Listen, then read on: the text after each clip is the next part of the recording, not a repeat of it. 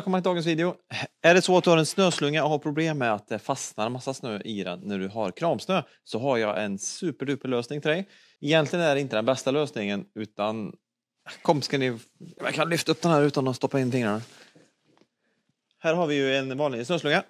Och om ni kikar in, om jag kan zooma in på de här. Om ni kikar in på den här längst in här, så ser ni att det är liksom ett glapp här emellan själva skåven och trumman. Och här på ska man egentligen sätta såna här kit som är som en gummiflärp som gör att den ligger ända emot här. Det är det absolut bästa.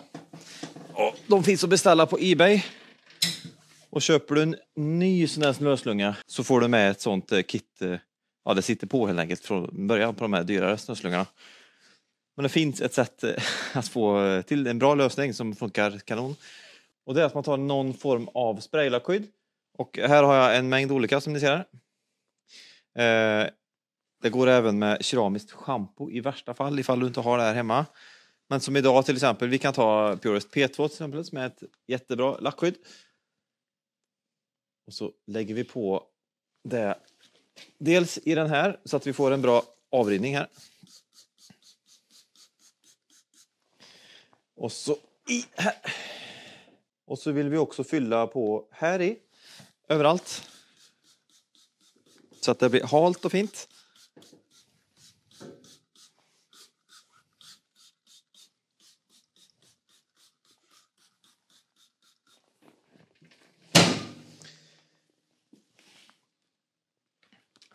Och detta säkerställer att man får en väldigt hal yta så snön inte fastnar. Och det här funkar varje gång. Och nu ska vi ut och testa. Och det är inte jättemycket blötsnö. Men det är blötsnö men inte supermycket liksom.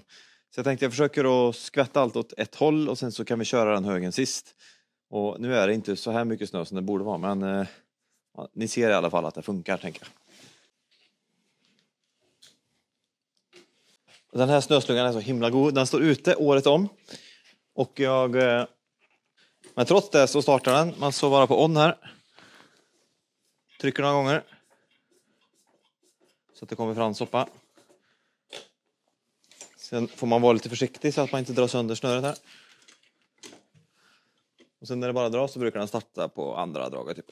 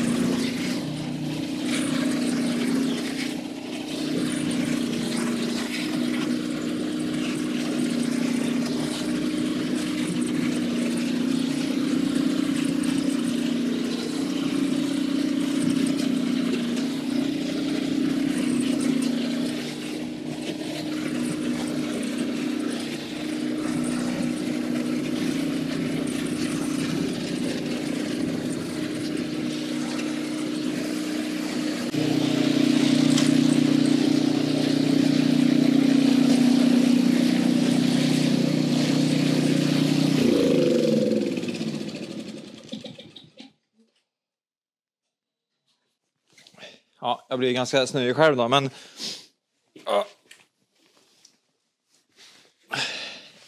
som du ser så fastnade det ingen snö här nu. Utan det bara halkade av. Och man ser tydligt att det är en fin avrinning här.